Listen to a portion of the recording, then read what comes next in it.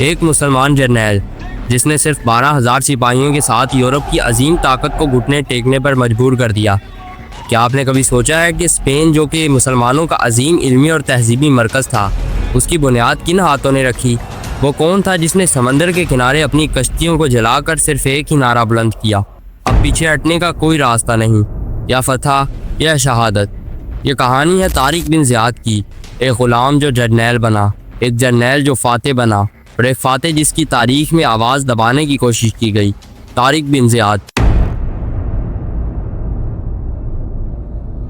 طارق بن زیاد کا اصل تعلق شمالی افریقہ کے بربر قبیلے سے تھا۔ ان کا بچپن غلامی میں گزرا، مگر ان کی شخصیت، ذہانت، اخلاص اور عسکری صلاحیتیں اتنی بلند تھی کہ جلد ہی انہوں نے موسیٰ بن نصیر کی توجہ حاصل کر لی۔ موسیٰ بن نصیر نے ان کو پہلے مراکش کی افواج کا کمانڈر بنایا، اور بعد میں حالات نے ایک ایسا موڑ پکڑا کہ وہ انہیں ایک عظیم مشن کے لیے منتخب کرنے پر مجبور ہو گئے۔ یہ مشن تھا اندلس کو فتح کرنا۔ اندلس اس وقت رومی عیسائی حکمران روڈریک کے زیر تسلط تھا، جو نہ صرف بدعنوان اور ظالم تھا بلکہ اپنے ہی لوگوں کے لیے درد سر بن چکا تھا۔ اندلس کے مقامی باشندے، خصوصاً یہودی اور غیر اشرافیہ طبقہ، اس کے ظالمانہ پالیسیوں سے تنگ آ چکے تھے۔ ان میں سے بعض نے اسلامی حکومت سے مدد کی اپیل کی، جس پر موسیٰ بن نصیر نے عمل کرتے ہوئے طارق بن زیاد کو اندلس کی جانب روانہ کیا۔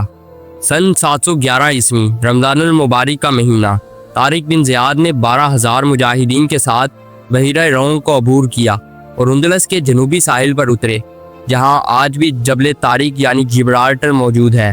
جب طارق اور ان کے سپاہیوں نے دیکھا کہ ان کے پاس واپسی کا کوئی بندوبست نہیں، جب دشمن کی افواج کی تعداد کئی گنا زیادہ تھی، جب وسائل محدود تھے اور فتح خواب جیسی لگتی تھی، تب طارق بن زیاد نے ایک ایسا فیصلہ کیا جو تاریخ میں ہمیشہ ہمیشہ کے لیے محفوظ ہو گیا۔ اس نے اپنی تمام کشتیوں کو جلا دیا۔ یہ کوئی دیوانگی نہیں تھی، یہ ایک حکمت تھی۔ وہ سپاہیوں کو پیغام دینا چاہتا تھا کہ اب پیچھے ہٹنے کا کوئی راستہ نہیں، اب یا فتح ہے یا شہادت۔ اس کے بعد اس نے جو خطبہ دیا وہ عسکری تاریخ کے عظیم ترین خطبات میں شمار ہوتا ہے۔ اے لوگو، دشمن تمہارے سامنے ہے، سمندر تمہارے پیچھے، تمہارے لیے نجات کی کوئی دوسری راہ نہیں سوائے اس کے کہ تمہارے اعمال میں صدق اور صبر ہو۔ اس ایمان افروز جذبے کے ساتھ طارق بن زیاد نے دشمن کی طرف بڑھنے کا حکم دیا۔ روڈریک کی فوج تقریباً 1 لاکھ پر مشتمل تھی، جبکہ طارق کے پاس صرف اور صرف 12,000 سپاہی تھے، لیکن اس کا اعتماد اپنی فوج کی تعداد پر نہیں بلکہ اپنے رب کی مدد پر تھا۔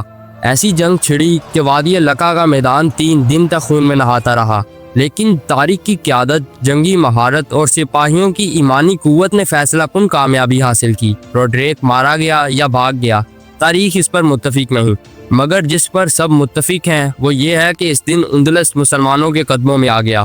فتح کے بعد طارق نے اندلس میں نہ کوئی لوٹ مار کی، نہ کوئی قتل عام، بلکہ وہ عدل، رحم اور انسانی برابری کے اصولوں کو لے کر آیا۔ یہ وہ اصول تھے جن کی دنیا کو اس وقت سب سے زیادہ ضرورت تھی۔ اہل کتاب کو ان کی عبادت گاہوں کی مکمل آزادی دی گئی، زمینوں کو محفوظ رکھا گیا اور اسلامی تعلیمات کے مطابق نظام عدل کو قائم کیا گیا۔ بہت جلد طارق نے قرطبہ، غرناطہ اور بہت سے شہروں کو فتح کر لیا۔ اندلس جو کبھی علم و تہذیب سے خالی تھا، آنے والے وقت میں دنیا کا علمی اور فکری مرکز بننے والا تھا۔ جیسا کہ آپ جانتے ہیں، تاریخ ہمیشہ فاتح کے ساتھ عدل نہیں کرتی۔ جب موسیٰ بن نصیر خود اندلس پہنچے، انہوں نے طارق کی کامیابیوں کو ایک خطرہ سمجھا۔ بعض مورخین کے مطابق طارق نے موسیٰ کے احکام کے بغیر کچھ علاقوں پر قبضہ کر لیا تھا، جس پر دربار دمشق میں شکایت کی گئی۔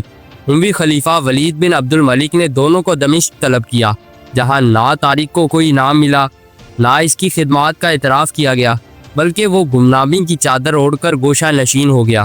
کچھ مورخین کے مطابق اس نے بقیہ زندگی غربت میں گزاری اور دمشق میں ہی فوت ہو گیا۔ تاریخ کے صفحات میں ایسے کئی ہیروز گزرے ہیں جنہوں نے قوموں کو جگایا، تہذیبوں کی بنیاد رکھی اور پھر خاموشی سے رخصت ہو گئے۔ طارق بن زیاد انہی میں سے ایک تھا۔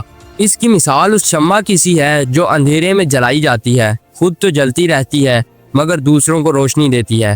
آج جب ہم اسپین کی خوبصورت مساجد، قدیم کتب خانوں اور قرطبہ اور غرناطہ کی گلیوں میں اسلامی تہذیب کی باقیات دیکھتے ہیں تو ہمیں یاد رکھنا چاہیے کہ اس سفر کا پہلا قدم ایک بربر غلام نے رکھا تھا، جس کا نام تھا طارق بن زیاد۔ اگر آپ نے یہ ویڈیو یہاں تک دیکھی ہے تو آپ عام ویورز نہیں، آپ ان لوگوں میں سے ہیں جو حقیقت جاننا چاہتے ہیں۔ تو اس سفر کو یہیں نہ روکیں، چینل سبسکرائب کیجئے کیونکہ اصل تاریخ ابھی باقی ہے۔